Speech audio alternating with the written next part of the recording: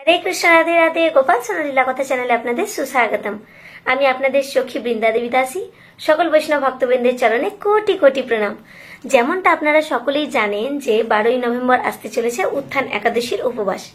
তো একাদশীর দিন যেমন আমরা একাদশী পালন করি, ঠিক সেই রকমই একাদশীর মাহাত্ম্য কিন্তু অবশ্যই আমাদের শ্রবণ করা বা পাঠ করা উচিত, তাই তো?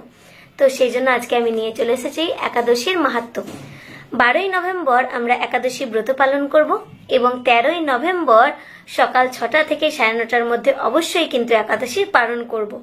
তো চলুন, আমি আপনাদের সকলের জন্য নিয়ে চলে এসেছি উত্থান একাদশীর মাহাত্ম্য। আপনারা মনোযোগ দিয়ে শ্রবণ করুন এবং যদি কোনো ভুল ত্রুটি হয় তাহলে ক্ষমা করে দেবেন। কার্তিক মাসের শুক্লপক্ষের একাদশীর মাহাত্ম্য স্কন্দ পুরাণে ব্রহ্মা নারদ সংবাদে বর্ণিত আছে। মহারাজ যুধিষ্ঠির বললেন, হে পুরুষোত্তম, কার্তিক মাসের শুক্লপক্ষের একাদশীর নাম আমার কাছে কৃপা করে বর্ণনা করুন। শ্রীকৃষ্ণ বললেন, হে রাজন, কার্তিক মাসের শুক্লপক্ষের একাদশী উত্থান বা প্রবোধিনী নামে খ্যাত। প্রজাপতি ব্রহ্মা পূর্বে নারদের কাছে এই একাদশীর মহিমা কীর্তন করেছিলেন। এখন তুমি আমার কাছে সে কথা শ্রবণ করো।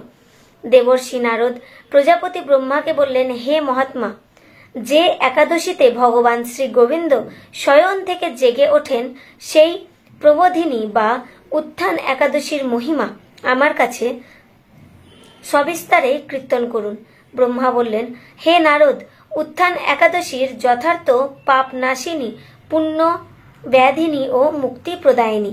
এই একাদশী ব্রত নিষ্ঠার সাথে পালন করলে 1000 অশ্বমেধ যজ্ঞ ও শত শত রাজসূয় যজ্ঞের ফল অনায়াসে লাভ হয়। জগতের দুর্লভ বস্তুর প্রাপ্তির কথা আর কি বলবো।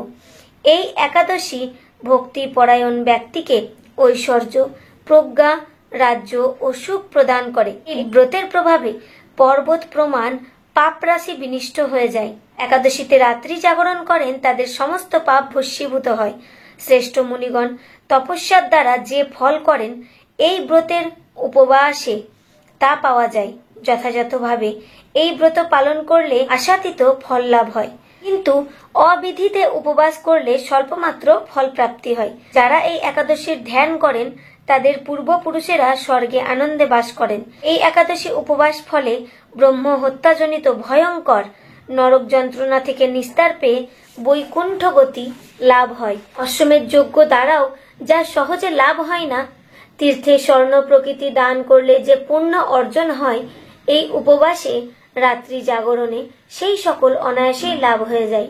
যিনি সঠিকভাবে উত্থান একাদশীর ব্রত অনুষ্ঠান করেন, তার গৃহে ত্রিভুবনের সমস্ত তীর্থ এসে উপস্থিত হয়। বিষ্ণুর প্রিয়তমা এই প্রবোধিনী একাদশীর উপবাস করলে সর্বশাস্ত্রে জ্ঞান ও তপস্যায় সিদ্ধি লাভ করে চরমে মুক্তি লাভ হয়। যিনি সমস্ত লৌকিক ধর্ম পরিত্যাগ করে ভক্তি ভরে এই ব্রত উপবাস করেন, তাকে আর পুনর্জন্ম গ্রহণ করতে হয় না। এমনকি মন ও বাক্য দ্বারা অর্জিত পাপ রাশিও শ্রী গোবিন্দের অর্চনে বিনষ্ট হয়ে যায়। হে বৎস, এই ব্রতে শ্রদ্ধা সহকারে শ্রী জনার্দনের উদ্দেশ্যে স্নান, দান, জপ, কীর্তন ও হোমাদি করলে অক্ষয় ফল লাভ হয়। যারা উপবাস দিনে শ্রীহরির প্রতি ভক্তিভাবে দিন যাপন করেন, তাদের পক্ষে জগতের দুর্লভ বলে আর কিছুই নেই। চন্দ্র ও সূর্যগ্রহণে স্নান করলে যে পুণ্য হয়, এই উপবাসে রাত্রি জাগরণ তার সহস্র গুণ সুকৃতি লাভ হয়। তীর্থে স্নান, দান, জপ, হোম, ধ্যান আদির ফলে যে পুণ্য সঞ্চিত হয়, উত্থান একাদশী না করলে সেই সমস্ত নিষ্ফল হয়ে যায়। হে নারদ, শ্রী হরিবাসরে শ্রী জনার্দনের পূজা বিশেষ ভক্তি সহকারে করবে, তা না হলে শত জন্মার্জিত পূর্ণ ফল ও বিফল হয়। হে বৎস, যিনি কার্তিক মাসে সর্বদা ভগবত শাস্ত্রাদি অধ্যয়ন করেন, তিনি সর্বপাপ মুক্ত হয়ে সমস্ত যজ্ঞের ফল লাভ করেন। ভগবান হরি ভক্তিমূলক শাস্ত্র পাঠে অত্যন্ত সন্তুষ্ট হন, কিন্তু দান, জপ, যজ্ঞাদি দ্বারা তেমন প্রীতি হন না। এই মাসে শ্রী বিষ্ণুর নাম, গুণ, রূপ, লীলা আদি শ্রবণ, কীর্তন অথবা শ্রীমদ্ ভাগবত আদি শাস্ত্রগ্রন্থ পাঠের ফলে শত শত গোদানের ফল অচিরেই প্রাপ্ত হওয়া যায়। অতএব হে মুনিবর, কার্তিক মাসে সমস্ত গৌণ ধর্ম বর্জন করে শ্রী কেশবের সামনে হরিকথা শ্রবণ কীর্তন করা কর্তব্য। কোনো ব্যক্তি যদি ভক্তি সহকারে এই মাসে ভক্ত সঙ্গ হরিকথা শ্রবণ ও কীর্তন করেন তবে তার শতকুল উদ্ধার প্রাপ্ত হয় এবং হাজার হাজার দুগ্ধবতী গাভী দানের ফল অনায়াসেই লাভ করেন। এই মাসে পবিত্রভাবে শ্রীকৃষ্ণের রূপ গুণাদি শ্রবণ কীর্তনে দিন যাপন করলে তার আর পুনর্জন্ম হবে না। এই মাসে বহু ফল মূল ফুল অগরু কর্পূর ও চন্দন দিয়ে শ্রীহরির পূজা করা কর্তব্য। সমস্ত তীর্থ ভ্রমণ করলে যে পুণ্য সঞ্চয় হয়, উত্থান একাদশীতে শ্রীকৃষ্ণের পাদ পদ্মে অর্ঘ্য প্রদানে তা কোটি গুণ সুকৃতি অর্জন হয়। শ্রবণ কীর্তন স্মরণ বন্দনা আদি নববিধা ভক্তির সাথে তুলসীর সেবার জন্য যারা বীজ রোপণ জল সেচন ইত্যাদি করেন তারা মুক্তি লাভ করে বৈকুণ্ঠবাসী হন। হে নারদ, সহস্র সুগন্ধি পুষ্পে দেবতার অর্চনে বা সহস্র সহস্র যজ্ঞ ও দানে যে ফল লাভ হয়, এই মাসে শ্রী হরিবাসরে একটি মাত্র তুলসী পাতা শ্রী ভগবানের চরণ কমলে অর্পণ করলে অনন্ত কোটি গুণ ফল লাভ হয়। ইতি উত্থান একাদশীর মাহাত্ম্য সমাপ্ত। তো আপনারা সকলেই জানেন যে কার্তিক মাসের ব্রত আমরা সকলেই পালন করলাম। অনেকেই কার্তিক মাসের ব্রত পালন করেছেন। তো এই কার্তিক মাসের ব্রত আমরা যদি পালন করি তাহলে আমরা কত কত ফল লাভ করতে পারি, তাই না?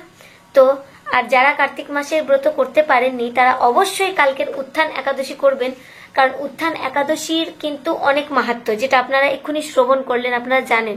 তো উত্থান একাদশী করুন এবং বেশি বেশি করে ভগবানের নাম জপ করুন এবং একাদশীর দিন অবশ্যই এই একাদশীর মাহাত্ম্য পাঠ করার বা শ্রবণ করার চেষ্টা করুন। অনেক ভক্ত ভাই বোনেরা আছে যারা আমাকে জিজ্ঞেস করছিল যে দিদি এই একাদশী মাহাত্ম্য বইটা কোথায় পাওয়া যাবে। তো এটা কিন্তু আমি মায়াপুর থেকেই নিয়েছি। আপনারা যদি কখনো মায়াপুরে আসেন তাহলে একাদশী মাহাত্ম্য বলে বই একটু খোঁজ করলেই পেয়ে যাবেন। আসতে চলেছে উত্থান একাদশী। আপনারা সকলেই খুব সুন্দরভাবে একাদশী পালন করুন আর বেশি বেশি করে নাম জপ করুন।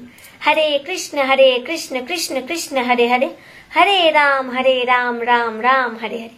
রাধে রাধে, হরি হরি বল। সকল বৈষ্ণব ভক্তবৃন্দের চরণে কোটি কোটি প্রণাম।